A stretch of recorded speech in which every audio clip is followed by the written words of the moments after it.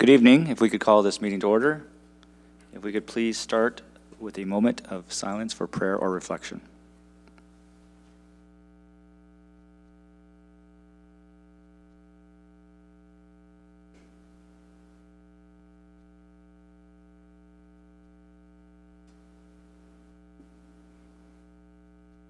Thank you. Councillor Friesen.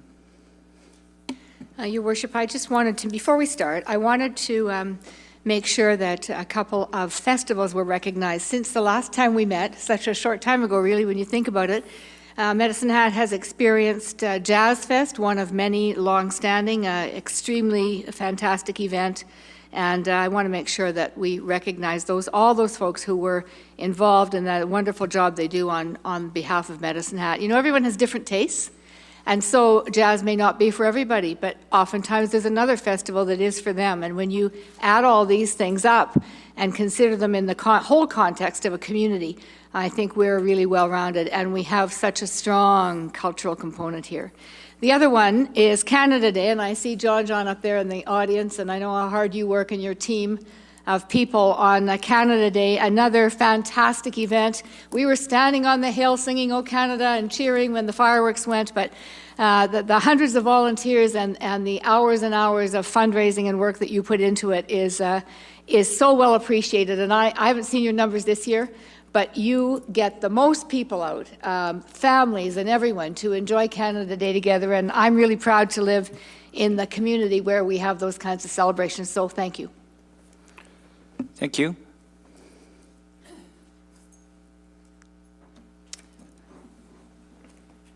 Okay, moving on to adoption of the agenda. I do have an item to add, which will be item 12.12. And it will be financially fit for the future, 2019 to 2022, key budget assumptions and targets, dated June the 27th. Any other additions? Okay, if we could vote on the agenda as amended. That was unanimous. Thank you.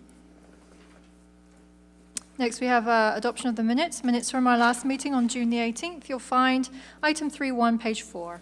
Any errors, omissions? Okay, seeing none.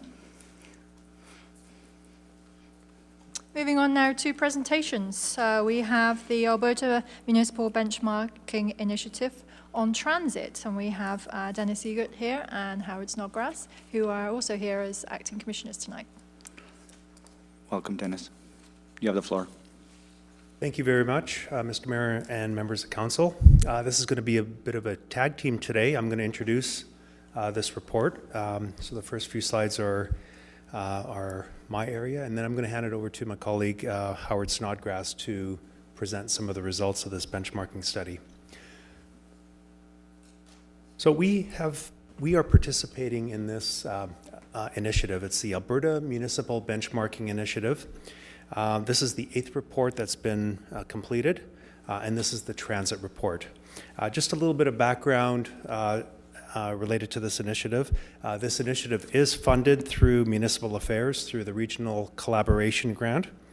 And the collaboration is really good in that it allows us to compare some of the key services that we provide our residents to other municipalities.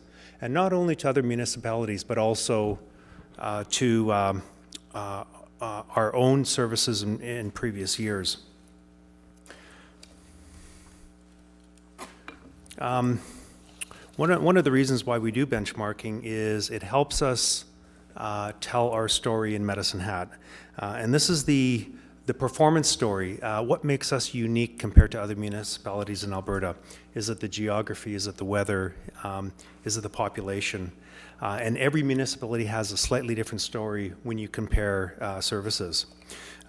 We have noticed that one of the big benefits of this study is it allows us to talk to other municipalities, talk about best practices, and also share some of our ways of doing things. We have viewed it, instead of being a report card on performance, rather this identifies opportunities that we can look at and change, and it's really a continuous improvement exercise. One of the real benefits as well is that it's educational in terms of talking about how to describe key services that we provide to the community, and being able to talk about and articulate those services in ways of key performance and efficiency and effectiveness measures. So with that, I'm going to hand it over to my colleague, Mr. Snodgrass.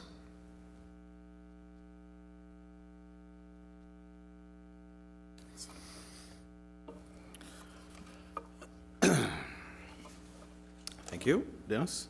So just carrying on here, so the report relative to transit benchmarking focused on two key dimensions, those being efficiency and effectiveness. And the report looks at 9 of each of those, so 9 efficiency, 9 effectiveness measures. Now, at the end of the day, Dennis mentioned there were this is the 8th report. There were 9 municipalities participating in the overall benchmarking initiative. Unfortunately, at the end of the day, only 3 were reporting publicly on transit. And so Medicine Hat, Lethbridge, and Banff. So in the earlier slide, it spoke to things like, or that one statement where the devil is in the definition. It's very true when it comes to benchmarking.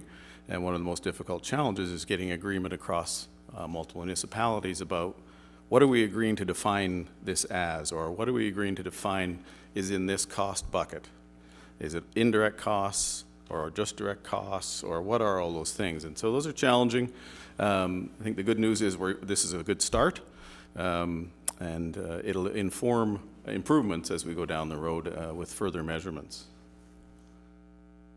One of the agreed upon definitions in this group obviously was a definition of what is transit services, and 3 key types of service within that.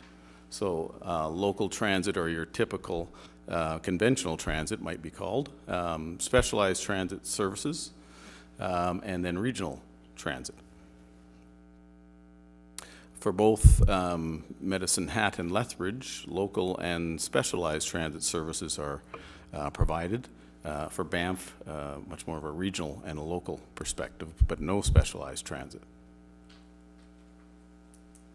Key factors that influence the service costs relative to transit. So age of infrastructure, size of the system, urban density, growth, service standards, and local factors all play into the types of costs that you're going to experience. It's different when you're, in the community of Lethbridge, for those of you who are familiar, there's a large span of distance between a populated area on one side over to the west side, but buses traversing that aren't picking up or dropping off passengers for a long distance, and it's more infrastructure to carry that type of a system out. So just to talk about transit, total transit costs, so this is all in. So it's cost per capita or visitor adjusted population. That's the VAP on your slide. So Banff would have a much higher visitor adjusted population than Lethbridge or Medicine Hat, for example, with all the tourism traffic that they have. So you can see there that Medicine Hat's the square box in the middle. So in the middle of the pack relative to transit costs. Now, if, again, with Banff not providing a specialized but more regional service, what we've done is actually just said, okay, well, that red dotted line, if we took Banff out of the picture and just compared to Medicine Hat and Lethbridge, that would be more of the adjusted average. And so you can see where Medicine Hat would land there relative to total transit costs. This is taking then just conventional transit and looking at that specifically. Once again, if we were to take the Banff out of the equation, you would see again the conventional transit costs a little bit less than the average and of Lethbridge. From a specialized transit service, only Medicine Hat and Lethbridge providing that. And so you can see the average around 29. So considerably different relative to the costs for special transit service. Lethbridge does provide more special transit service hours. And, you know, again, part of the learning here is the sophistication around how we capture our data relative to finances. And, you know, I think there's probably things we can do better relative to how we report on some of these as well. This is looking at cost recovery. So where do we get some of the revenue relative to covering the costs? You can see in the Banff model a considerable amount of cost recovery by comparison. It's all relative. If you take Banff out of the equation again, not a lot of difference between Lethbridge and Medicine Hat, although our cost recovery is a bit lower by comparison. So that's conventional, and then a special transit cost recovery. So you're looking at similar situation, or not similar situation, but not huge changes relative to the average being 10%. We're a little below that. Sorry, we're a little above that. Lethbridge is a little bit below that. So the Medicine Hat story realistically is just a summary of that being how much is spent for our population on total costs. We spend a little less when compared to a similar municipality in total costs. In conventional transit, we spend less when compared, or similar with a similar municipality, and with special transit, we spend less when compared. In a cost recovery perspective, we get a little less on conventional transit and slightly more relative to special transit. So when we move into vehicle maintenance costs, this is the time to remind you that these are, this is retrospective look again from 2012, 13, and 14. So 4 years have passed since the last look at these numbers.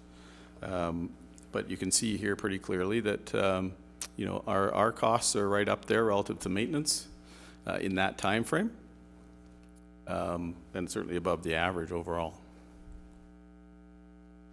That is, the caveat on that is in that time frame, we were in the midst of a couple of things going on. Challenges at the fleet maintenance, trying to have enough folks available from a mechanic perspective to get things done. We were carrying extra resources to complete the work, and some of that was being farmed out. More importantly, though, was we were in the transition in that time frame to the CNG buses. So we had an aging fleet. We were carrying extra resources that were going through a lot of maintenance, but we also had CNG bus, 6 CNG buses delivered here before we had the CNG fueling station completed. And so that was part of the story relative to our maintenance costs. Oops. Yeah, here we go. This picture gives you an idea of the number of revenue hours the transit's operating, so that's conventional transit, so hours per capita. So you can see we're a little bit lower, just over 56,000 hours of service in Medicine Hat, so 0.9 per capita, 0.9 hours per capita, just a little lower than the city of Lethbridge, which certainly does offer more, has more resources on the road, but very similar per capita. And again, if you were to adjust that with Banff out of the equation, it just looks that much more similar. And specialized transit, again, not a lot of variance relative to the service hours available per capita. Utilization, so Medicine Hat, the average at 25.1. If we adjust from a Banff perspective, you can see that both Lethbridge and Medicine Hat are fairly comparable. A slight edge for Medicine Hat relative to conventional transit utilization. And specialized transit, again, relatively similar, a little bump for Lethbridge in 2014, but fairly similar relative to the overall numbers. So our when you look at how long our buses run when compared to the population figure, We are slightly less hours that we operate when compared to a similar municipality on conventional. It was generally an equal amount of hours on specialized when you compare. And then passenger boardings per revenue hour were slightly higher comparatively and slightly lower on special. Spare ratios, so that's the number of vehicles we have beyond what we need to run to operate. So how many spares do we need to actually keep the system running consistently? Again, this was a difficult time in transition with converting to CNG is primarily the driver of that in that time frame. We were carrying a number of extra spares both for mechanical work and converting to our CNG. And so once again, if you adjust for the Banff, or sorry, not adjust for Banff, this is actually what we wanted to show you if we looked at where we're at 2018. So that's a Medicine Hat level from when you look at 2018 numbers. So our spare ratio is, we've dropped that considerably, just to give you an idea, the difference between that time frame and today. And specialized spare ratio, you can see we had quite a significant number in 2012. Again, some transition of vehicle types. The current vehicle we use was not necessarily the standard of the day then. So there was transitioning there as well, and some of the mechanical issues. But that is the difference between then and now when you look at the 2018 number. So again, through fleet optimization and getting our conversion of fleet in place, it's made quite a dramatic change. So I think I've already covered that information. So at the end of the day, although it's by and large a comparison of one, we have comparable level of service while maintaining a total cost below what the median is when compared to a similar municipality. There are certainly advantages to continuing the communication with other communities to identify best practices and efficiencies. So again, this is a starting point. I think this continues to get better as time goes on, and more recent numbers will be able to be reported when we come back in the future. The joint monthly pass system, we implemented that in 2016, I think, 16 or 17, I can't recall, honestly. We had a very separate system for special compared to conventional. You couldn't buy a monthly pass on special transit previously, but we homogenized all our rates so that you could buy a monthly pass regardless of the type of transit you're using. That isn't the same in other municipalities, and it has an impact on revenue. But again, it's one of those learnings, and we'll see how that goes in the future. Certainly, the other systems have more technology relative to being able to more accurately count ridership. So electronic fare systems, passenger counts, mobile apps, those sorts of things that we're moving towards and anticipate having early next year in the first quarter, some of those. But that certainly has an influence on what is the accuracy of the data we're putting in. So we look forward to a little bit of catch up there and improved numbers. And that will also help us improve on cost capturing, but we also, through this process, are learning. So again, what types of data are we putting in the buckets that we agree on? And so let's make sure that our accounting systems are able to capture the same comparable data. And certainly direct comparisons can be difficult, as we mentioned probably earlier on, relative to the interpretation of the data that we're looking at, agreeing on the definitions. Certainly the larger municipalities, they have more resources available for analytics and a lot of those things. It's a little more edge of desk for smaller municipalities. And we certainly know that transit service levels or standards vary. Frankly, we don't have what we call standards here. We work towards similar standards. We haven't called them that yet here. It's a project yet to come. So looking forward to that. And then, of course, local factors such as geography, where your industry is, and population type all affect those different uses and outlooks on transit. So that's a bit of a whirlwind tour of a bunch of information in a much longer report, but I'm going to stop there, see if you have any questions. Thank you very much. Any questions, comments? Councillor Samraj? Thank you, Mr. Mayor.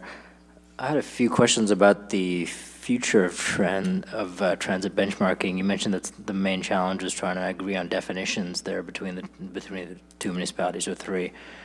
Has the city changed any of the way that it accounts for some of these things, or changed some of our definitions to match Lethbridge, or vice versa after this benchmarking took place?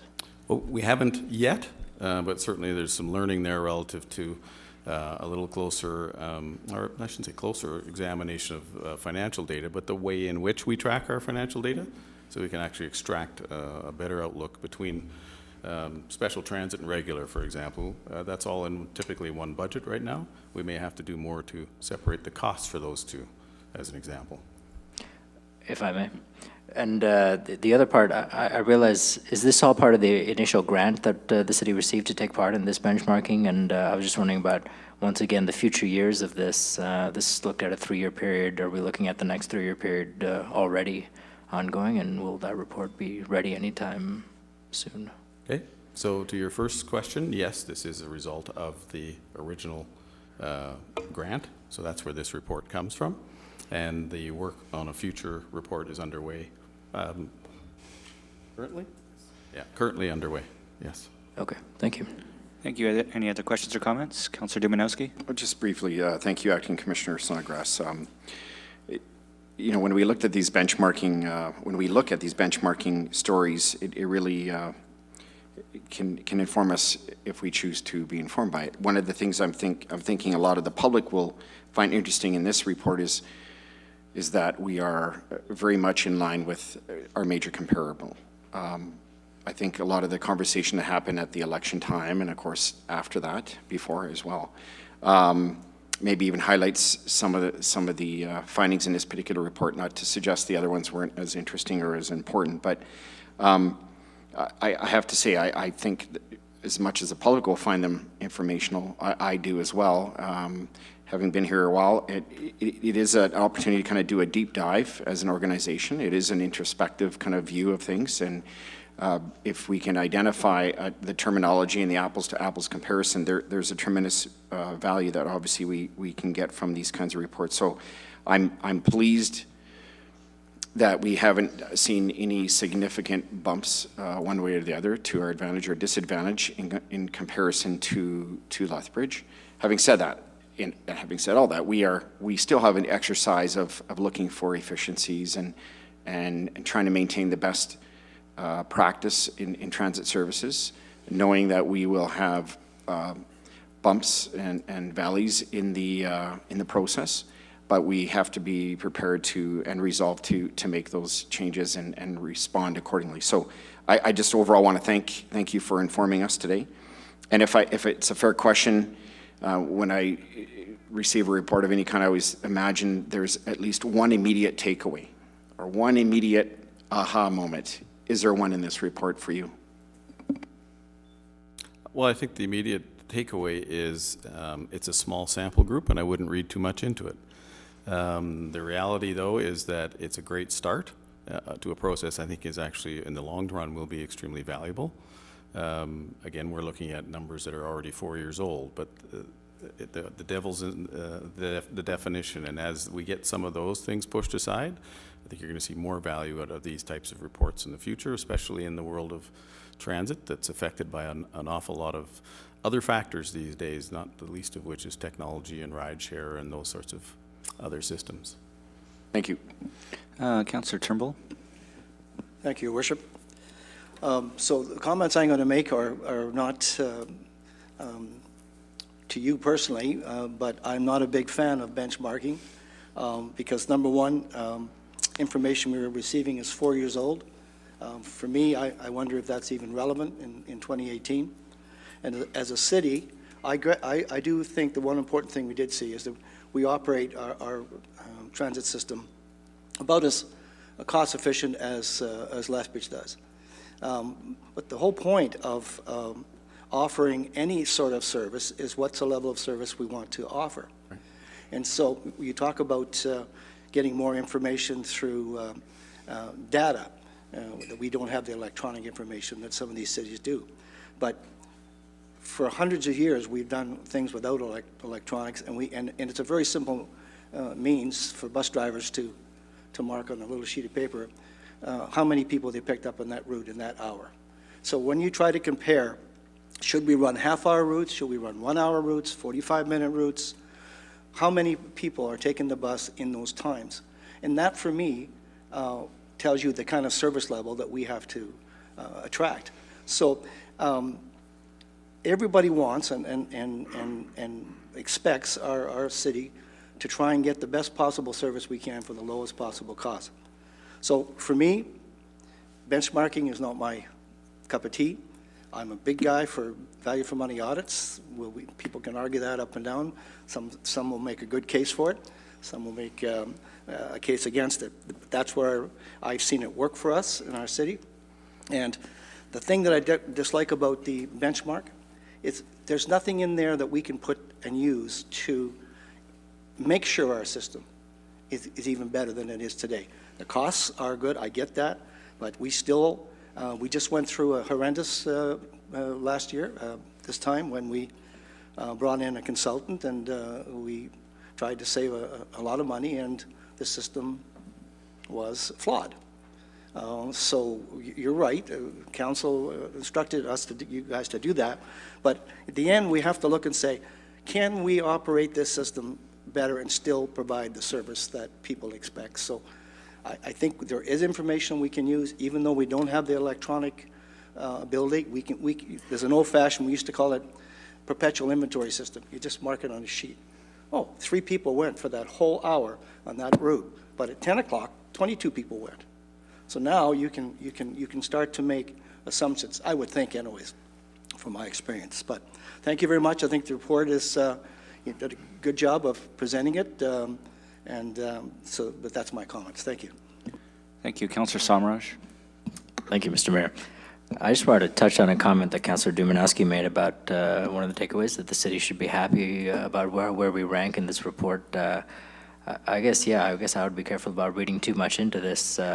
Earlier this week, Mr. Gallant asked me whether how to reconcile the fact that it seemed like we were doing well at this report with the public perception that service is kind of lacking in the city. And I guess those are two different things. Just because we fare well on this report doesn't mean that we're providing a service that is practical or reasonable as well. I think that the report is agnostic on that. To Councillor Turnbull's point about benchmarking, I agree. I mean, with this initial report, especially with it being kind of out of date, it is hard to see the relevance there. I do think there is value in it long term, and so I'm prepared to give this process the benefit of the doubt. Thanks. Thank you. Councillor Friesen. Well, a lot has been said. I'll just add a few things.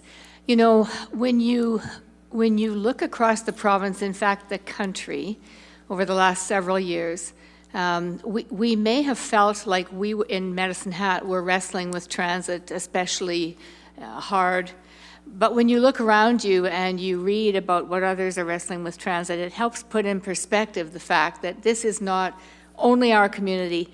It is something that is prevalent almost everywhere in the places that offer transit services. So having said that, when I looked at this report the first time, I don't know if it was an aha, but it was really, I'm pleased in how we stood up in the averages. I'm really quite pleased. It said to me, despite all our analysis and our ongoing quest for efficient, effective service that works for our folks, we still stood up well in the averages. Now, I just want to highlight that the value in benchmarking is not just about comparing. So, you know, this notion of, oh, I'm better than they were, or we look a lot better than they did, so maybe the ones that didn't look as good sometimes pull out of in the end because their data isn't as good. It's more about the relationships you develop with those other communities in your group, the discussions you have, the learnings that you have as you speak with one another about how you do things. The experiences, all of those kinds of things, best practices, help you in the enhancement and development of your own service, whether it's the same or not. And I know that you strive for this, a similar definition as you can. That's critical, to try to make as much an apples-to-apples comparison. But still, the learning is the biggest piece, and I think we ought to make sure we remember that about benchmarking. Anyway, this ends up being a very small group. It's unfortunate that really there's only one other similar-sized community, but I'm heartened by the fact that there will be more, I hope. At least one community has expressed interest, and I'm hoping there are more in the next round, because if we quit now, all we'll have is data. If we move ahead, we will now have baseline data upon which to build when we're doing our benchmarking. And so I think we need to continue with this for a while to really have it bring meaning to us. Thank you. Councillor McIntosh? Thanks, Your Worship. Well, it's great to know where we have been. For me, I want to know where we as a city are going. And the two key terms in this report are cost recovery and increasing ridership. So as a transit department, what are we doing to try to drive that ridership number up? And I know that's not what we're talking about in terms of benchmarking, but that's got to be a goal of what comes out of this. Yeah, well, I think, as you may recall, the intent was to bring back proposed standards for transit service for council to determine what direction is the best way to go, so that we don't bump up against the struggles that we had last fall. And so that is work yet to come towards or in front of you. So you will see that coming next. That's where we can start to form. So what does that need to look like relative to an operation, and how do we encourage ridership depending on what that turns out to be? Okay. Any other questions or comments? All right. Thank you very much. If Thank you. we could have a motion for reception. I will make that motion. I'll second that. If we could vote. That was unanimous. Thank you. Moving on now to public hearings. Item 5.1, page 18, you'll find Bylaw 4489, a bylaw of the City of Medicine Hat to amend Bylaw 4168, the land use bylaw. This is the rezoning of the subject land just off Wholesome Road there to business industrial. All the advertising was complete and I received no submissions on this. I move that the bylaw number 4489 be read a second time. Second. If we could vote on that. Oh, no, sorry. If we need to have a public hearing on this one. I need to ask 3 times if anybody would like to come down and speak for or against this. Please come down and state your name. Go. Yep. Yep. Yes, that's the one we're dealing with. I'll ask a second time if anybody would like to come down and speak for or against this bylaw. Please come down and state your name. And I will ask a third and final time if anyone would like to come down and speak for or against this bylaw. Please come down and state your name. Good evening. We're the owners or part owners of 2055 Wholesome Road, and we would like it rezoned so that we can carry on business for basically warehousing terminal and support the greenhouses in and around Medicine Hat. Storage, cardboard storage, basic warehousing. Could I get you to state your name? Jerry Sabin. Jerry Sabin, okay. Any questions of the landowner? All right, seeing none, thank you. Any other questions or comments on this bylaw? Okay, we'll close the public hearing. Yeah, Councillor Samraj? I just had a question for MPC. I know that this land use change came because we no longer need direct control because there are other regulations that look after whatever our concerns were for the adjacent properties in the airport area. Are there other properties that fall under a similar thing that will also require land zone changes away from direct control? And is it up to them to initiate it, or can we initiate that process as well? Thank you. I believe if I can speak on that, they have to bring each individual item forward to get changed if they want it changed. So it has to come through MPC, then through council. Mm-hmm. Any other questions? All right, if we could vote on second reading. That was unanimous, thank you. I move that the bylaw be read a third time and passed. Second. Any questions or comments? Okay, if we could call the question. And that was unanimous, thank you.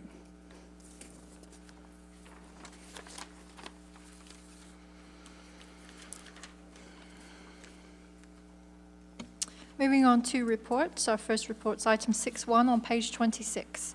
Development and Infrastructure Committee meeting of June the 20th. This report's for information. So moved. I'll second that. Any comments? Councillor Varga? I have just one comment. I guess on the west side where it goes down to 50 kilometers, I'm just wondering why it can't continue on until the top of the hill. To continue on is 70 to the top of the hill and have it where it keeps going, because it ends at the corner of turning to Box Springs, I believe. Not Box Springs, to Desert Bloom.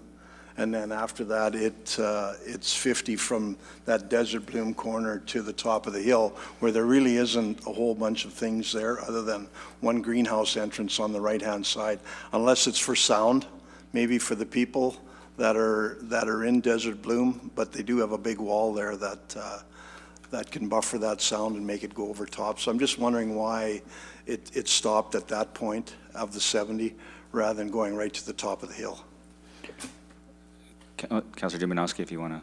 Well, Your Worship, I'm not the authority on this, but I obviously sat through the committee meeting, and it seems to me that maybe there's a disconnect between where you think that 50 is initiating and where I think it is, but obviously the safety is paramount. I mean, when changes are being introduced, but in the end, I think 50 is the appropriate speed in that component, and I think that is probably even maybe on the generous side. I believe there's even an indicator sign there that suggests you could even do a lower speed, but I think based on the Traffic Safety Act, 50 would be the appropriate speed. I stand to be corrected, though. Does any of the administration want to? Commissioner? Oh. You want to go ahead?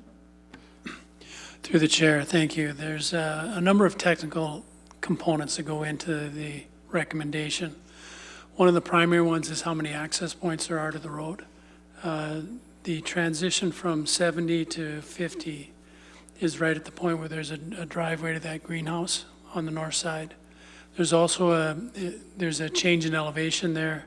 You are going into a residential area, albeit there is a wall, but there is, I would say there's a number of factors that go into the recommendation to make the transition at that point.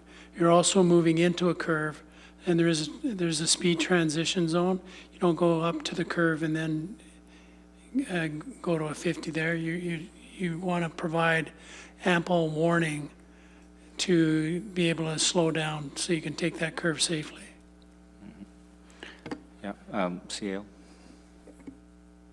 Through the chair to Councillor Varga, if I may add to the Commissioner's comments, you're also getting into a 40 zone at the bottom there, and so you don't want to go 70 to 40, and that's necessitated by sightline and road construction design in that area. So it's very technically based. Did you have a? Oh, okay, go ahead. No, I just thought I'd ask because I'm probably still going to do 70 till I Yeah, I get close to know. the top of the hill. So. Well, Chief McGrogan already knows that probably. Councillor Dumanowski, did you? No, Okay. I don't really have a rebuttal. It's your prerogative to go 70, and the revenue will be welcomed. But I think safety, and not that you're not trying to be safe, Councillor Varga, but I drive that quite frequently. I'm sure you do too. I can't imagine doing 70, even if it were permitted, quite frankly, but it's quite an interesting set of road systems to navigate even at 40 or 50. So. Any other questions or comments? All right, if we could vote. That was unanimous, thank you.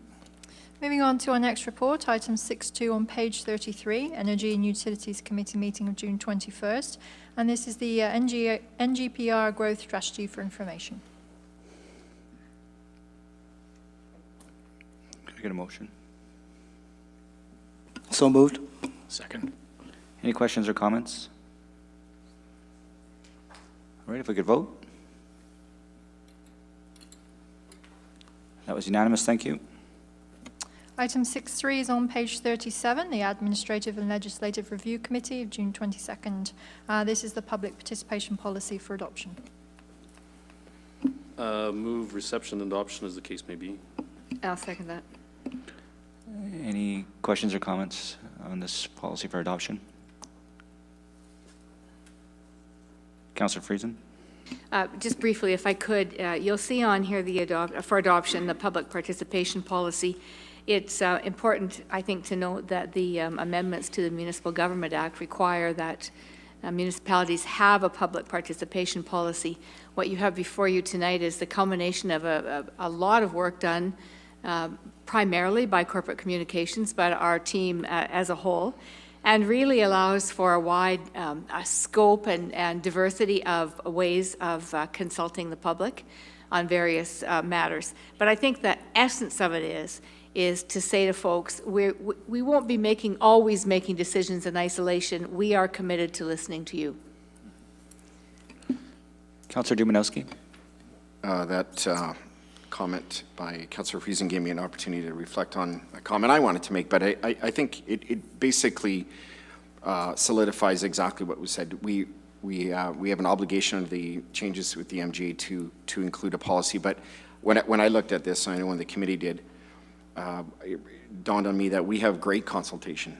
I'm not tooting our own horn as a council, but I think actually I'm tooting the horn of staff, because I think they've always been very mindful of including the public. And there are times where, as elected body, you welcome lots of input, because you know it's going to be broad-based controversy, and you know, keeping it very open and giving the public as much access to their thoughts helps you and informs you.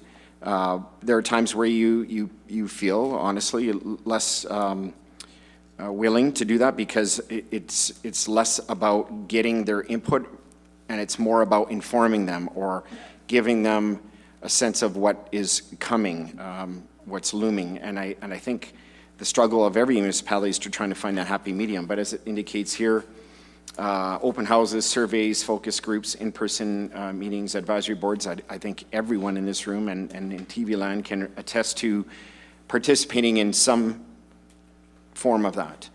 We recently had surveys about the cannabis legislation and zoning. We've had, I mean, I could go on and on.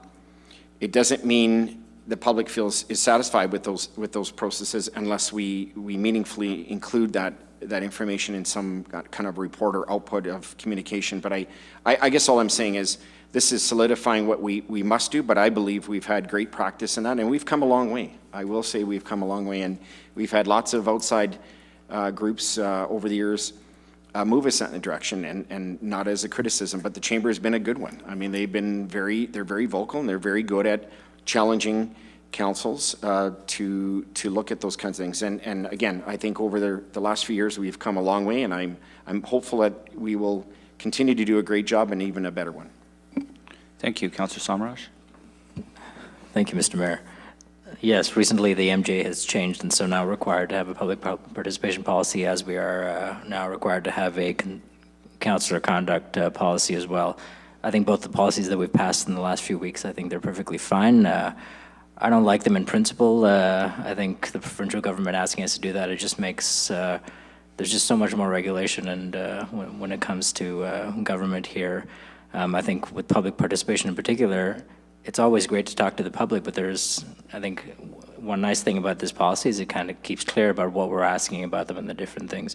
But I think even if it's best done, there's a lot of confusion about, what we're going to do with it, and there's a lot of confusion about how the information is analyzed and what to actually take away from it. So I agree that it has to be done, but I'd prefer not to have either of these on the books. Thanks. Thank you. Any other questions or comments? Okay, if we could vote. That was unanimous, thank you. Next, item 6.4, page 53, Public Services Committee meeting of June 24th. For adoption and information with item 1, the FCSS grants and 2019 Alberta 55 Plus Summer Provincial Games are for adoption. Your worship, members of council, I move the report for adoption and information as indicated, and just if I could speak briefly before we, after it, rather, it's seconded. I'll second that motion. Go ahead. Thank you. I just, a couple of things. One is I wanted to just briefly highlight the secondary suites registry. You may be wondering why the city would be involved in that. And it's important to realize that it really increases the, it allows for the increase in feeling of safety for those people who want to rent suites.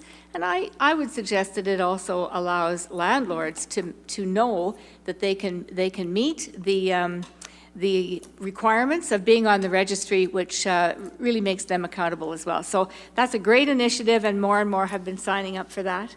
You will see item number 3 talks about skate spots. You'll hear more about this later. But this is a very interesting initiative by our friends at the Skateboard Association, who just are the masters of dreaming up wonderful ideas.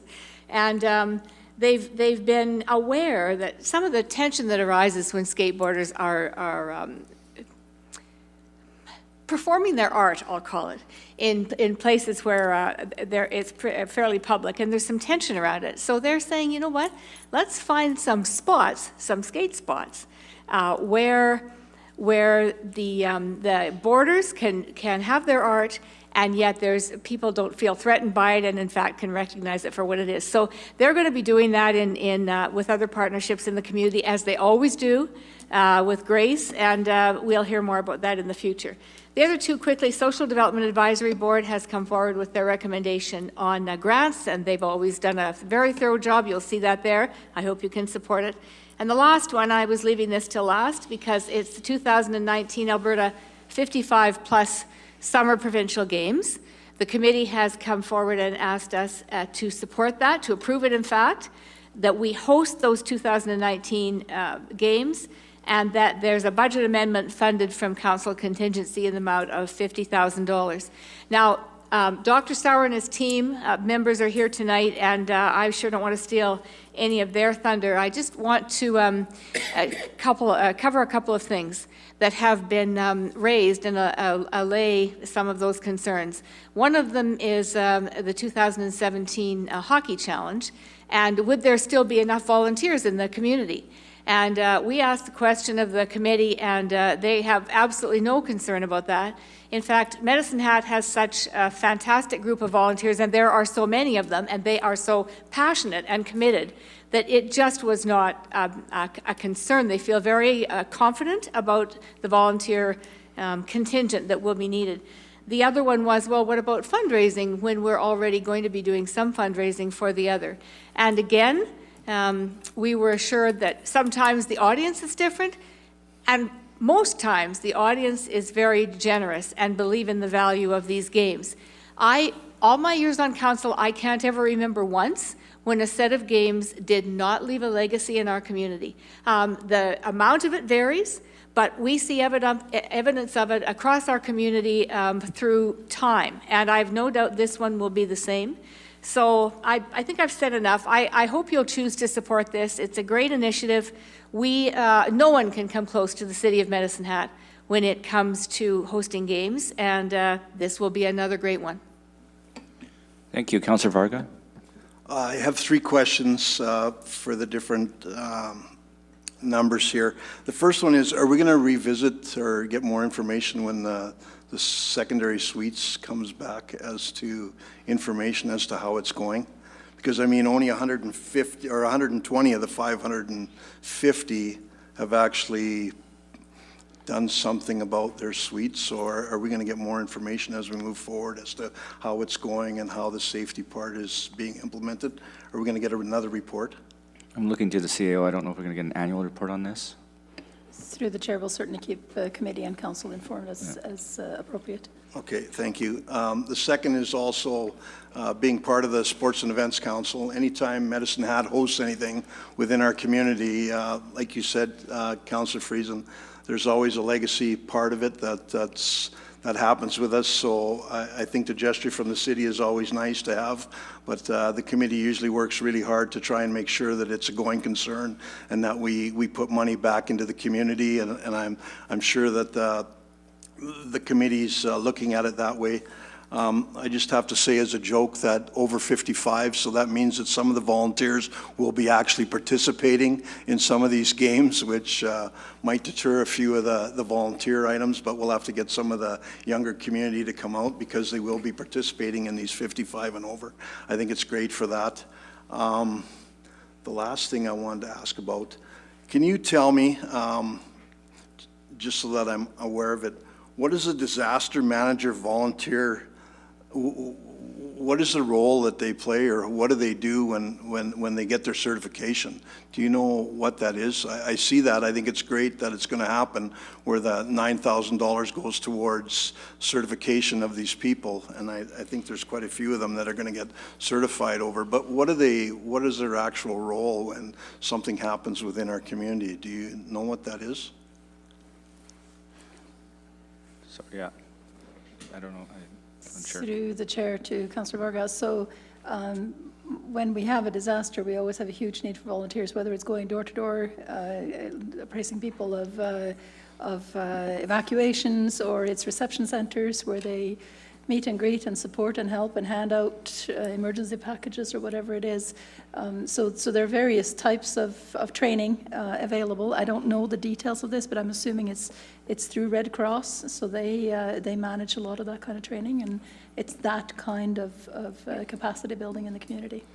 I was just trying to get a grasp of what it's all about, right? Because I think there might be some people that are interested in taking this once they become aware of it, so it might be something that somebody would like to do in the future for the Red Cross and for our community. So how they get involved, I don't know, through the Red Cross, I would imagine, once this comes available. Yeah, I'm just going to let Councillor Friesen speak. Yeah, if I could, and I'm sorry, Councillor Varga, my head was so involved in the over 55 games that I thought you were talking about that role in the games, and I was thinking, oh my gosh, I can't answer that question. No, you were talking about the grant funding.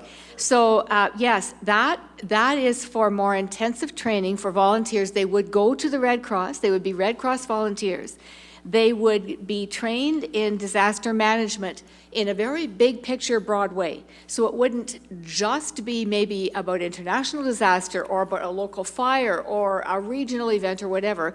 It's more holistic in the approach toward a community-based, well, really a community-based approach to volunteering in all types of management of things that happen and supporting folks through it. So one of the, I asked the same similar question because I wondered if it was more intervention focused than prevention, which is the mandate of FCSS.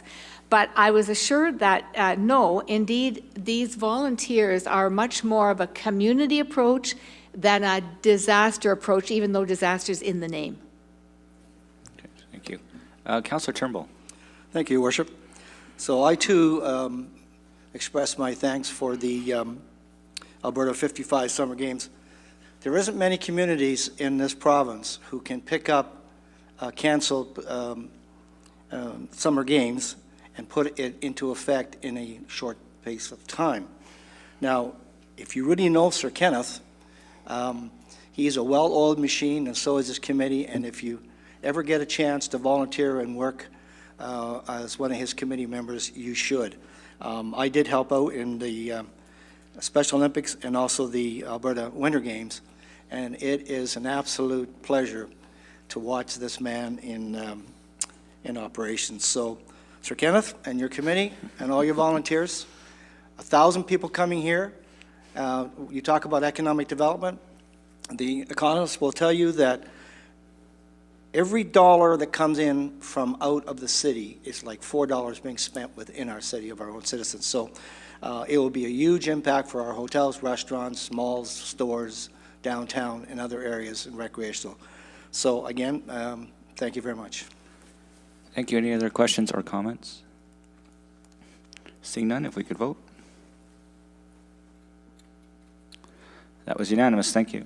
Next item is 6.5, page 168. Administrative Committee meeting of June 27th, and this is the Cypress County Firefighting Services Agreement with the city for adoption. I'll make that motion. Second. Any comments? Okay, if we could vote.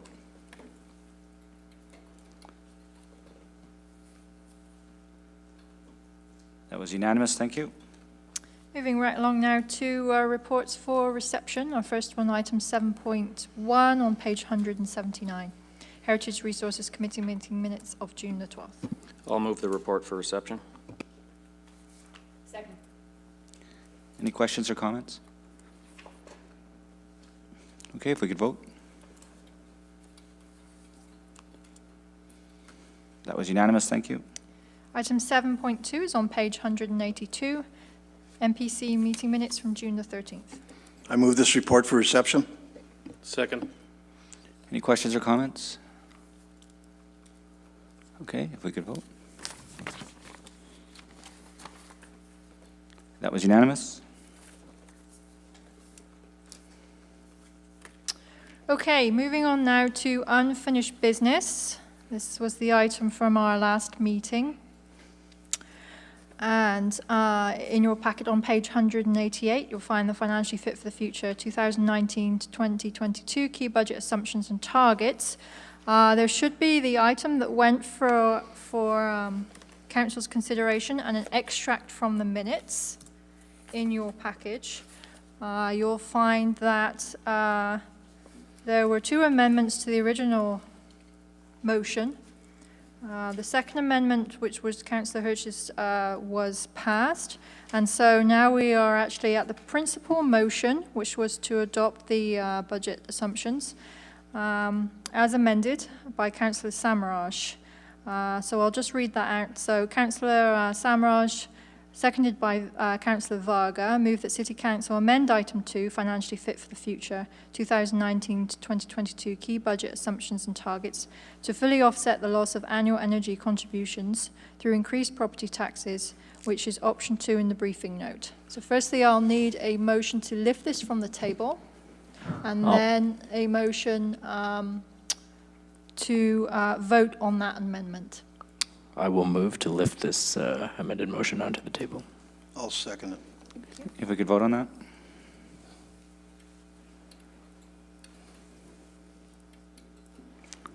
That was unanimous. So we need a motion now to approve the motion as amended. Yes. I will make that motion. I'll second. All right, any questions or comments? Councillor Samaraj? Yeah, this was my motion initially 2 weeks ago. I will say the day after it came out of the newspaper, I've never received more angry phone calls than I did that day. It was sobering, but my mind remains unchanged. I think the city's financial picture is more serious than is commonly understood, and I think this is the most honest and direct way to fix that. Thank you. Councillor Turner? Thank you, Your Worship. Well, at the last council meeting, I certainly spoke against having taxes go up 7%, and I'm still totally against that. I think there's various reasons for it. One of the things I didn't talk about last meeting was the fact that we are already less competitive when we look at the tax rates in the county around us, and this will even make us less competitive than we are now. The other thing is that, in talking to the business community, I understand that they are hit with a lot of increased costs from all levels of government. And no one wants to see any taxes or fees go up. But you're right, Councillor, we do have an issue with finances. And I certainly would like to see us use other methods to raise this fund. So I still will not be supporting this motion. Okay, Councillor Friesen? Thank you. I just want to be clear, I made the motion so that we could get it on the table. I cannot support raising taxes any further either. One of the last things you ever want to do is continue raising taxes. Sometimes you have to raise them, but not disproportionately. And, when you look through history, not that I'm a huge history buff, but civilizations have fallen because they have continued to raise the taxes until the point where people couldn't absorb it any longer. Now, I'm not suggesting that is the case here. I'm only saying it to make a point. And the point is, I just can't, in good conscience, support raising the taxes. Now, we have to find a balanced approach Some of it probably is, a part of it probably is taxes, and I think we'll hear about a potential solution later, but I can't support it either. Councillor Turnbull? Thank you. Well, I first of all would like to commend young Chris Samrash because he is a young man of integrity, and he believes that everything should be above board and everybody should be able to see what it is. Now, do I believe that we should have 7% taxes? No, I do not. But he said the right thing. He said the wrong thing for the right reasons, right? So, sorry. And so I think when you're a first-year counselor, as Chris is, it takes a lot of courage to sit here and tell people you're going to raise their taxes 7%. And because he wanted to be show that that whatever we pay, whether it's fees, taxes, that it's open and apparent for everybody to see. So I won't be supporting this motion, but I do support Chris. Any other questions or comments? All right, if we could vote. And the motion is defeated, 8-1. So, back to the principal motion. Oh, yeah, back to the, oh, that's right. We have to we go to the original motion from last council, which was the financially fit budget assumptions. Any, do we need, we don't need a motion for that, do we?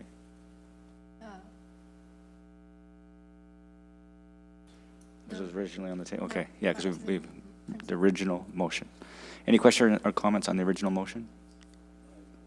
So what the original was, is back to the MCAF with the tax increases, with the cost containment, with service levels, all the things that were originally proposed in the budget process from last time. It was it's in your package.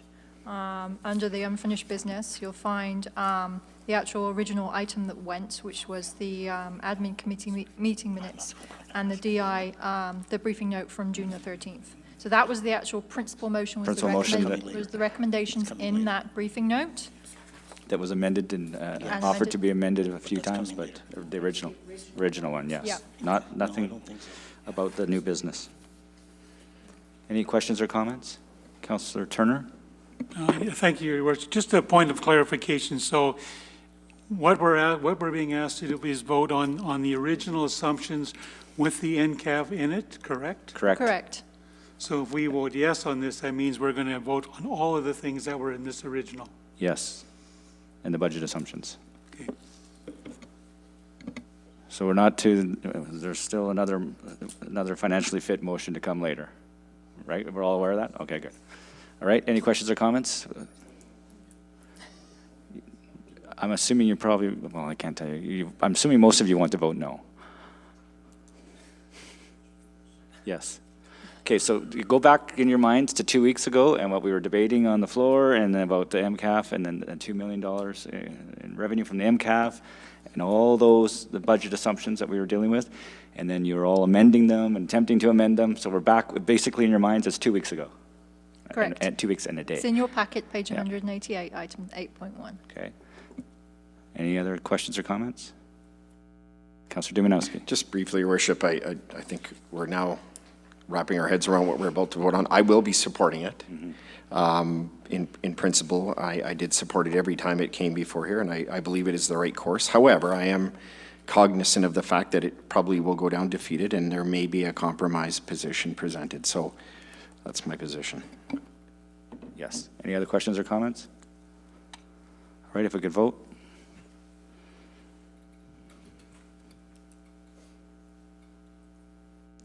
And that was defeated 7-2.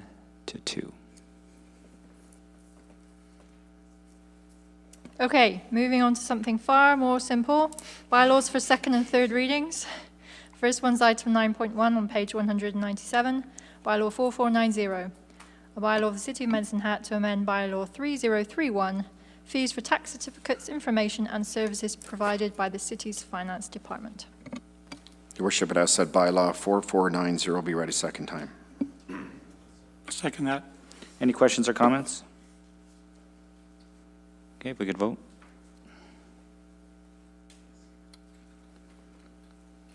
And that was unanimous, thank you. This time I'd ask that bylaw 4490 be read a third time and passed. Second. Any questions or comments? If we could vote? And that was unanimous.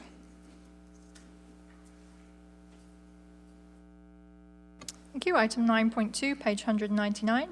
Bylaw 4491, a bylaw of the City of Medicine Hat to amend bylaw 3224, the dishonored payment fee bylaw. I'd ask that bylaw 4491 be read a second time. Second that. Any questions? If we could vote?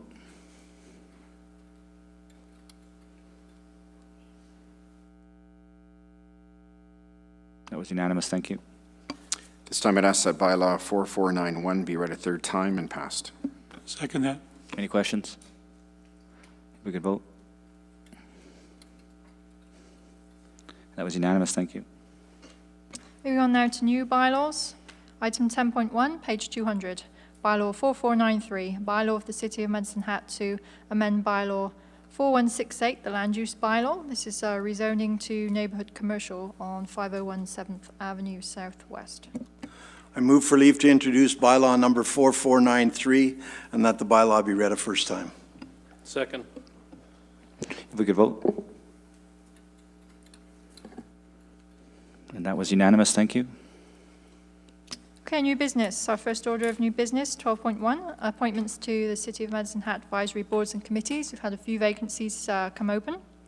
So council will make their votes on the ballots. We'll give the ballots out. And the CAO and the city solicitor will collect your ballots and tally the votes. And I will read into the record the lucky recipients. Thank you.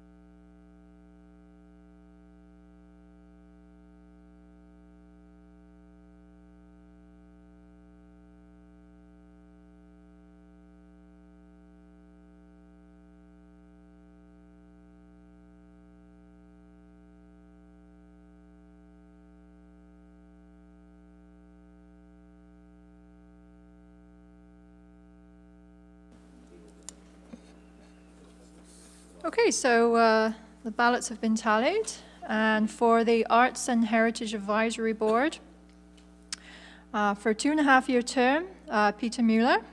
For the City Centre Development Agency, for a 2.5-year term, Ken Fazer. For the Urban Environment and Recreation Advisory Board, for a 1.5-year term, Mary Lou Montmayor. Sorry if I mispronounced that. And also, I'd like to have a motion to destroy the ballots as well as So moved. accept these. Thank you. Could I get a seconder? Second that. Any questions, comments? All right, if we could vote. That was unanimous, thank you. Okay, our last piece of business on new business. It's item 12.2. Thank you. Financially fit for the future, 2019 to 2022, key budget assumptions and targets dated June the 27th. We've just given that as a handout to our media desk also. We need a motion to deal with this item tonight. So moved. Can I get a seconder? Second. Second. I think I have Councillor Dumanowski, actually. So this is just the motion to deal with this tonight. This is not the actual motion to vote on this motion tonight. Any questions or comments? All right, if we could vote.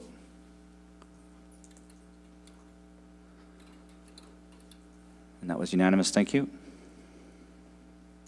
Okay, so for the benefit of our many legions of watchers out there in TV land, I will, you'll have to listen to me drone on for a bit. I'll just read out the recommendation in this document so people can follow along with what you're going to be voting on tonight. So it's recommended that City Council considers the following for adoption. A, establish a municipal consent and access fee, which is called MCAF, and include in the 4-year budget assumptions as follows. For 2019, the total MCAF revenue will be 1 million. For 2020, the total MCAF revenue will be 2 million. For 2021, the total MCAF revenue will be 3 million.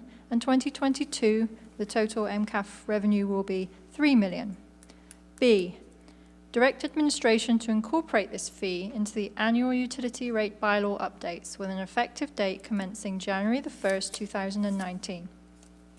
C, adopt the following guiding key principles to achieve Council's fiscal responsibility strategic priority, which is A, financial sustainability and resilience. Ensure funding and delivery of municipal services is not dependent on cyclical commodity revenue sources. 2, heritage savings reserve to capture future value from commodity-based businesses. And 3, seek enhanced investment returns from long-term treasury holdings. B, stable and predictable tax environment. C, user pay principle, as well as market-based pricing for utilities. D, maintain funding for rehabilitation of aging infrastructure. Component D is direct administration to prepare the 2019 to 2022 budgets, incorporating the following. Key budget assumptions. A, property tax. Existing base, 2% annually. Energy contribution replacement amount, 2% annually. B, user fees and charges. Target aggregate increase of 1 million. C, market-based utility rates. Municipal consent and access fee, 3 million. D, service level reductions, 1.6 million. E, cost containment, 2 million. Inflation assumption, wage and general at 2% annually. F, transfer use of financial reserves to balance the municipal operating budget at $44.4 million. Could I get a motion? So moved. Okay, seconder? Second. Okay. Councillor Hirsch? Well, your worship, members of council, we as councillors took an oath to diligently and faithfully make decisions that are in the best interest of the city we all love. It is a responsibility I take very seriously. It is no secret the city of Medicine Hat has not benefited from the dividend of city-owned utilities for the past 3 years. Past and present councils took initiative and spent close to $70 million from savings to avoid the catastrophic rate shock to our citizens and to prevent our budget from running a deficit. I'm very thankful the money was there for us. Unfortunately, our unencumbered savings account is forecast to be zero sometime during this fiscal year. The cupboard will essentially be bare. The good news is that our storm clouds of financial turmoil is starting to clear. Our electric utility is projected to deliver upwards of $30 million profit by year end, and possibly the next. Certainly great news. However, indications are such that our future dividends, or the proverbial golden goose that we all rely on, is not reliable and sustainable going forward like they were in the past. We now have a window of opportunity. Do we continue to blindly deliver dividends like we've done in the past, or do we take a balanced approach, replenish our savings that we spent by diverting and redirecting the dividend to reserves? Specifically, we can have our cake and eat it too. The proposed financial plan will direct a reduced portion of the dividend to still be used to assist taxes, and we will restock our cupboard of savings too. This balanced action will create a solid foundation of economic certainty for the City of Medicine Hat. If we choose not to make any changes, our worst-case scenario and nightmare could become a reality. With no action, a massive tax increase of close to 25% would be required to balance our budget if the dividends cannot produce a gain with no savings to assist. As part of proper financial management, we need to insulate the current and future citizens the best we can to avoid that worst-case scenario. That is prudent financial management. We as a council identified fiscal responsibility as our #1 priority in our strategic plan, and this could be the final step in our financially fit initiative that was endorsed by 2 consecutive elected councils. As stated, we have an uncertain future. While this measure will impact our citizens, I reiterate, it is a fair and balanced approach. Having said all that, a citizen could have the right to say, "So what, Councillor Hirsch? City Council is taking the easy road by coming to the citizens for money. What have you done with trimming the budget at City Hall? What about economic development? What are you doing to grow the city?" Well, my response would be to simply state that in the 8 months this council's been in office, significant work has been done. We will be trimming between 3.6 upwards to $4 million in cost containment and efficiencies during this budget cycle. To put that in perspective, that measure prevents a 5% increase to the tax bill of our citizens. As chair of the audit committee, we already initiated an action plan to find ways to hold the line and run more efficiently, including considering trimming service levels. As far as economic development goes, this council's efforts have been extraordinary.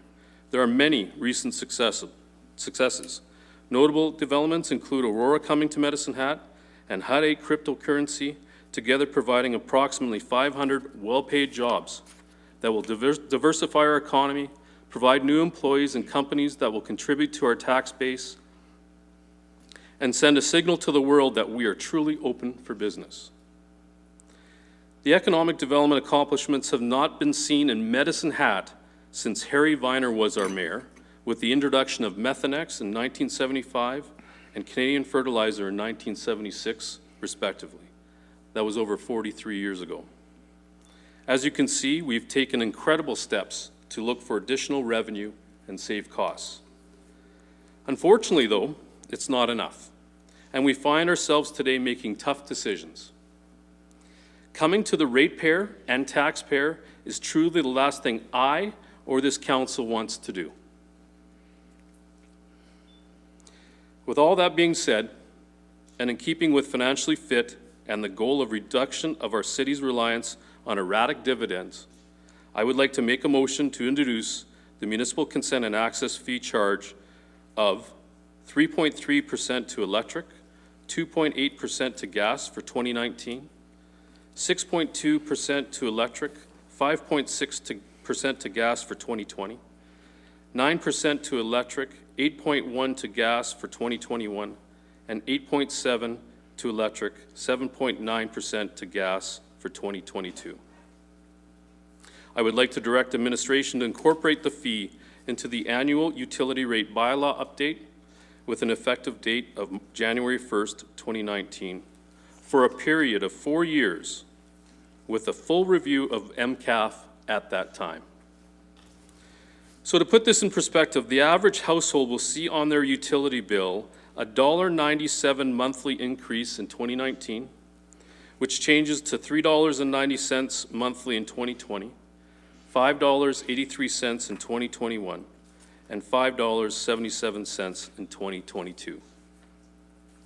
This is a year-over-year total, and it is not cumulative. City Council will then be forced to have a full review of the need for MCAF fee at the end of 2022.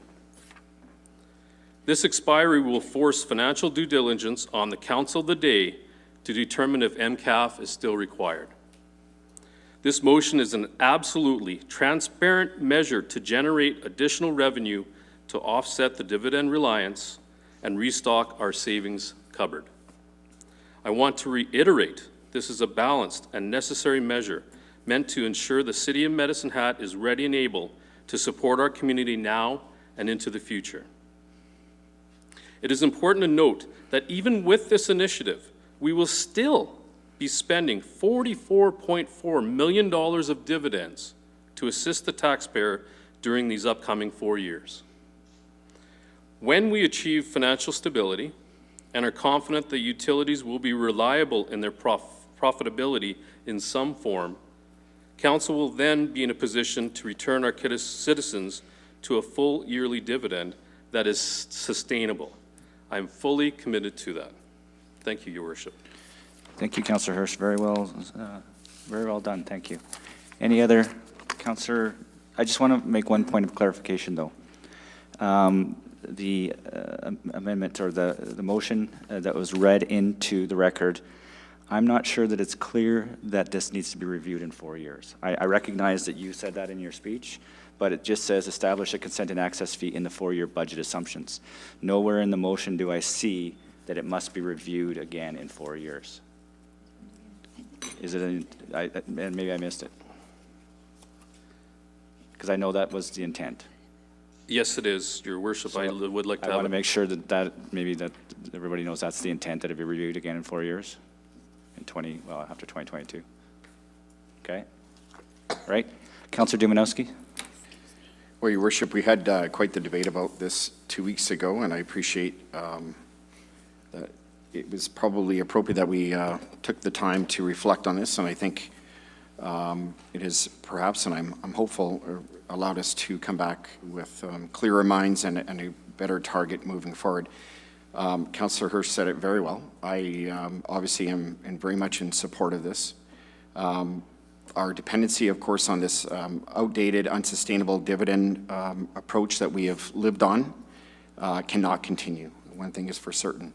The balanced approach that is being proposed before us is the right path, recognizing that it is less than what we had initially identified in the financially fit model.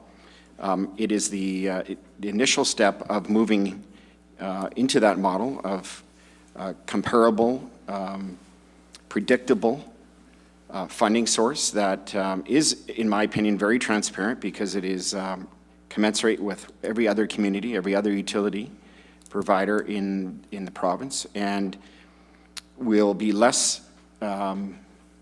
more predictable in the form of councils, albeit in 4 years it will be reviewed, less of a political lightning rod, if you will, on an ongoing basis from the standpoint of its approach, because it is, again, similar to that of other municipalities. In the end, the dollar has to come from the taxpayer, the ratepayer, perhaps one and the same. But again, the MCAF will have a greater distribution rate and therefore a less of an impact overall. Having said that, recognizing there are people at the end of each of these that are impacted, and I know this council will we'll be mindful of that as we move forward when it comes to the community warmth initiative, et cetera. But again, the balanced approach of an appropriate, the introduction and an appropriate MCAF, which is being proposed today, tied with property tax increases and some of our utility dividend is the right path forward. Financially Fit was based on many levers, and I've always said, and I'll say it one more time, one of the most important and critical levers is the MCAF. No one takes joy in knowing that this introduction is here today for this council, but as I will take hearten back on what Councillor Samar said about his proposal with the tax increase and the rebuke he took. This is a tough job. This is a very difficult endeavor that we have undertaken as elected officials, and I've always said it will remain so, but we have to do it with confidence. We have to have the resolve to see through the smoke and mirrors, the fog and the challenges that come to us in the form of maybe a vocal minority. These aren't easy decisions. They definitely aren't today. I believe it is the right path forward. I know that staff many months ago took upon themselves to come forward with this financially fit plan, council endorsed, but this was one of those levers that has been challenging us. We aren't going to be off the needs list at the end of this 4-year cycle, but it gets us ever closer to our target. I really believe that if council, I hope unanimously endorses this, we will send a signal to the community that we are working in concert with one another. We can challenge each other. We can even question each other's approaches, but in the end, that our resolve is bigger than our differences. And so I will wholeheartedly be endorsing this, and I'm asking for council to do the same and have the courage to move this MCAF forward. Thank you. Thank you, Councillor Turnbull. Thank you, Worship. Well said, Councillor Hirsch. I'm glad I'm your number 2 in audit. Look, when I got on council here just last October, when we looked at what our liabilities are for NGPR, are in the neighborhood of $250 million. So to put that into context, that's what it'll cost us over the next number of years to abandon and reclamation properties where we have gas and oil wells. And if I'm not mistaken, and I'm sure our CEO can jump in if I say this wrong, but I do believe that does not count our liabilities in Manyberries for oil abandonment, or does it? It's a pretty difficult target going forward, but yes. Through the chair, we have estimates for all of our abandonment liabilities, so and they there's are the on 250. books. Okay. Yeah. So that's $250 million, of which we have in savings restricted for that about a little over $100 million. And so what we have done since 2015 and 2016 is spent of our reserves for the tax stabilization fund, some $48 million. As you can see going forward, this will bring us well over $100 million that we have taken reserves to subsidize our city operationals. Last week, I voted against MCAF because it was way too high. It was going to cost our citizens about $14 or $15 a month, which I thought was way, way too high. And I also thought it was no way to stop it. So my amendment last 2 weeks ago was that we just put it in for 1 year and then evaluate exactly what was going forward. But one thing one learns pretty quick is that we couldn't get that passed either. So we've come to a compromise position, I believe, in Mr. Hirsch's, Councillor Hirsch's proposal here. Doing nothing, ladies and gentlemen, is not an option. What this will do is push balancing off another 2 or 3 years. So it does one of two things. It gives us another year at the lowest rate to look for more cost containment in our city, which we're going to work very hard to do. to find ways to operate our city at a much, much, much lower operational costs. And there'll be those who will argue it can't be done, but we're going to make sure that we do get it done. The thing that I think is really important here is we know today what we know. We know that we're going to make probably $30 million in profit for Janko. Next year, the proposal it looks like it could be the same. However, the following year in 2021, the electrical system will change to a capacity system put through by the new NDP government, which will change the game. How much will it change? We don't know. So to put into a cast-in-stone 4-year budget that doesn't take into account that we may not be able to depend on that going forward. But it also gives us the secondary thought that if, in fact, the utilities continue to do that, Genco will, NGPR will not make money for the foreseeable future. So we will continue to run at an operating deficit unless commodity prices change dramatically. And so I am going to vote for this. I think it's the best of the worst scenario.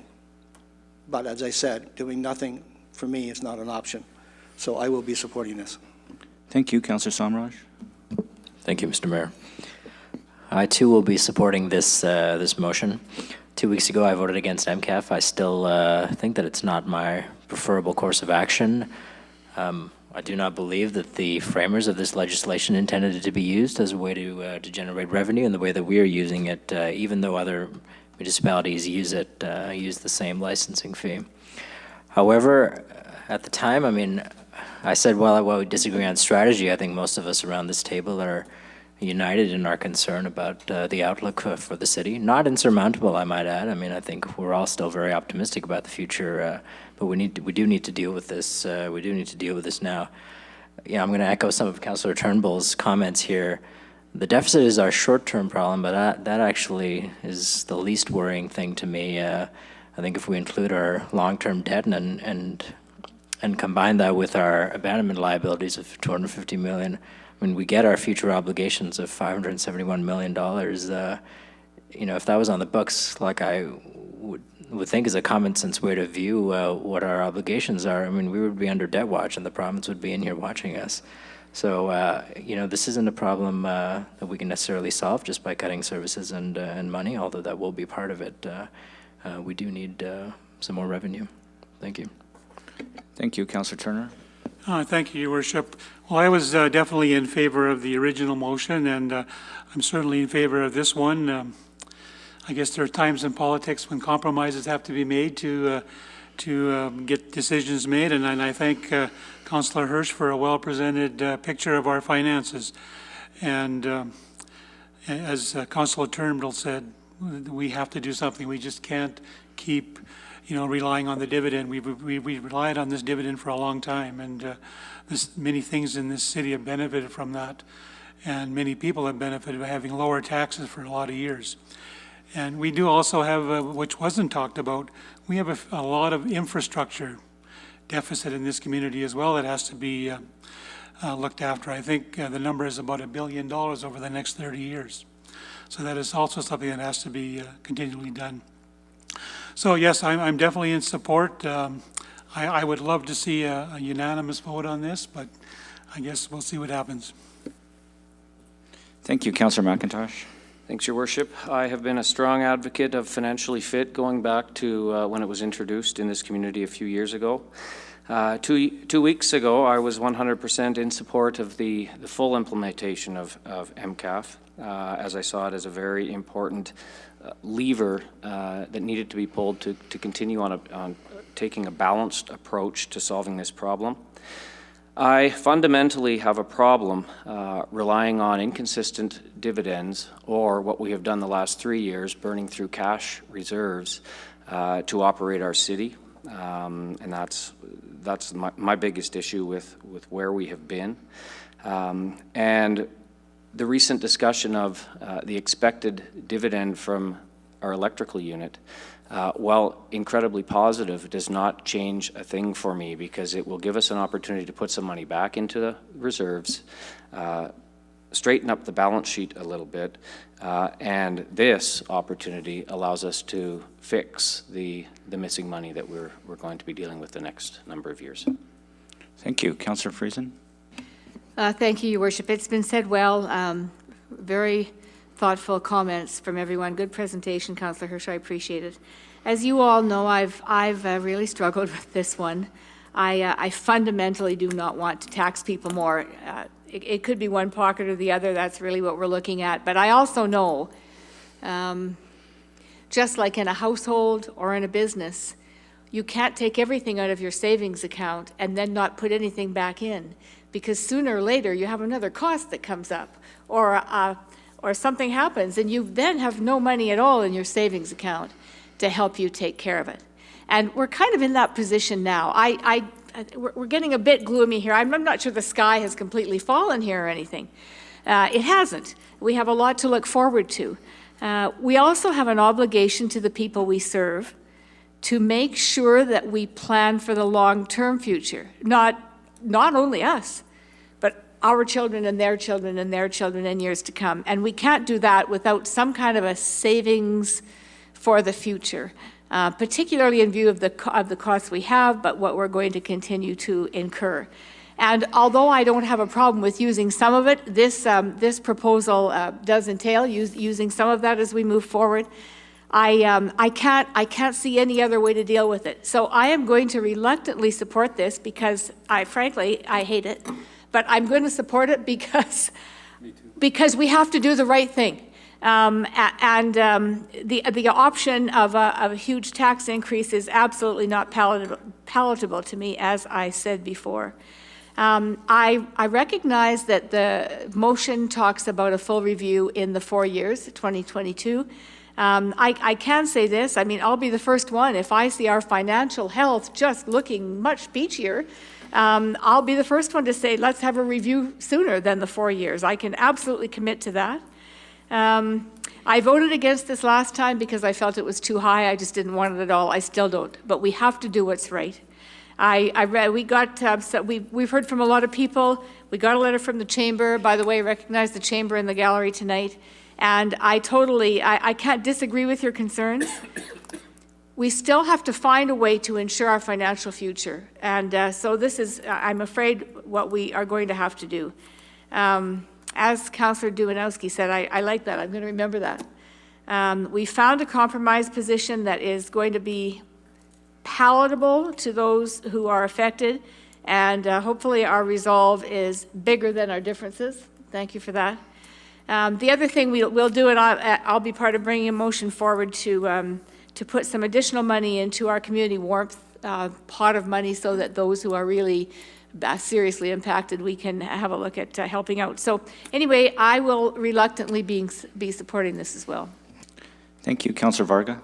Mr. Hirsch, thank you for the insight on this. Actually, the last couple of weeks, and I was against this too, as Councillor Samraj was also on this, and I was last time also on this, because it is detrimental to a lot of people within our community.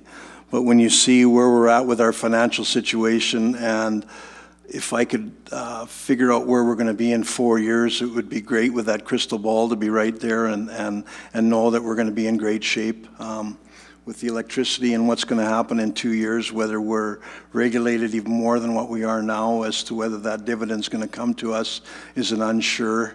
That we won't know whether that money is going to be coming through or not. For the next 2 years, it's great. We can put some of that away. Reluctantly, no different than you, Councillor Friesen. I hate to see that. Community warmth, I think, will become part of a bigger picture for our citizens here. I know that it's going to hit everybody, and I think that's what MCAF does. It goes out to everybody within the community, and we're all going to have to figure out a way that we might have to save some money in some different ways, no different than in the household, which you talk about, right, where you can't have it today, but you might save to have it down the road. And I think the city has to do some of that with the way our COFRs are going right now with what you said, Councillor Hurst, where we're not going to have a penny in that COFR at the end of the year if we keep going the way it is. So I will be supporting this tonight reluctantly, as Councillor Friesen says, because I know that a lot of people are going to be impacted by it, but we're going to have to find a way to make sure that everybody gets through and moves forward over the next 4 years. And hopefully in that 4-year plan, we come up with some new ways or some new revenue or some more development or some more taxes or some more things that are going to come to our city because we're keeping taxes at a minimum rather than having our high taxes where some other place has it where they won't develop there, but they might come to Medicine Hat instead to do that because the cost of living is going to be greater than where they are right now. So hopefully that happens. I guess we'll see. Time will tell, but I will be supporting it tonight. Thank you, Councillor Samraj. Thank you. I just wanted to say one thing. I mean, there are no right or wrong decisions here. I think what all of us are trying to do is we're trying to balance trade-offs and trying to balance risks as we best see them. And I think there are going to be legitimate disagreement about how we've decided this. I think all of us are going to have to explain this over and over because it is kind of a complicated situation. But there are groups in the community, and I'm going to give Miles Mulholland and Michael Klassen a plug here. They just started a Ratepayers Association. I mean, their mission is to hold us accountable. So I mean, I would get in touch with them or the chamber if you have concerns. There are a lot of organizations that are kind of watching this issue, and we'll be working with them. But yeah, thank you. I guess that leaves it to me. I absolutely have the greatest respect for this council. They have worked through this difficult issue with complete respect and actually understanding of each other, and nobody was blindsided. This wasn't a backroom deal that nobody on this council wasn't aware of. And Councillor Hirsch has worked really hard and thoughtful and spent a lot of time with me, actually, trying to listen to my side and my point of view, as well as trying to help me understand his side. And so, and Councillor Turnbull has worked extremely hard on this as well, trying to find this compromise. We have a new council code of conduct, which requires us all to come down here with an open mind, and I have sat here now for the last half hour on this and listened to this, and with also the greatest respect for these council members and their different, the way they've tried to justify this and do what they honestly, truly, I have no doubt in my mind that every single one of you believes that what you're doing is the absolute best for this community, and that you all do love this community as much as I do. And as the mayor, I'm in an even more difficult position, as I will end up having to speak on behalf of council after this vote, and I will speak in favor of it, and I will explain as to why council made the decision that they did regarding this. I, however, have stood up on my chair just about for the last 3 times this came to vote, and I spoke quite a bit last 2 weeks ago. And I still believe that we need to grow the tax base and not tax the tax base. I'm trying to find an analogy to explain my position, and the only one I could come up with is when you see someone sitting in the emergency room department with a Tim Hortons coffee. It's emergency. You shouldn't be in there. A lot of people panic and overreact to things. I do believe that, you even said it, it's not as gloomy as it is maybe being made out to be. I do not think this is an emergency situation yet. I have always said I will pull the MCAF lever when I believe it's necessary, but I don't believe it's necessary yet. And so, I made the analogy last week that it's, the fire alarm on the wall, break the glass in case of emergency, and I don't see us there. There's a whole bunch of talk about there being $0 in the cupboard, yet we're going to have a Heritage Reserve that's going to have 16 and then 32, then almost $50 million. I'm almost embarrassed that I was the proponent of the Heritage Trust Fund, and the thing is going to get too large and become almost a political football for this community, going, did you propose that? Why is there so much money in the Heritage Reserve when you're taxing us, increasing our taxes? So the cupboard, in my opinion, won't be bare, and that's why I was just trying to push this off on a year-to-year basis. And I know that council did consider that, so I appreciate that. But I think that's That's all I have to say. So if there's any other questions or comments, I don't see any. If we could vote.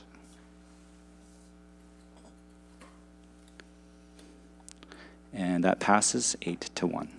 Thank you. Seeing no more business before this council, we're adjourned.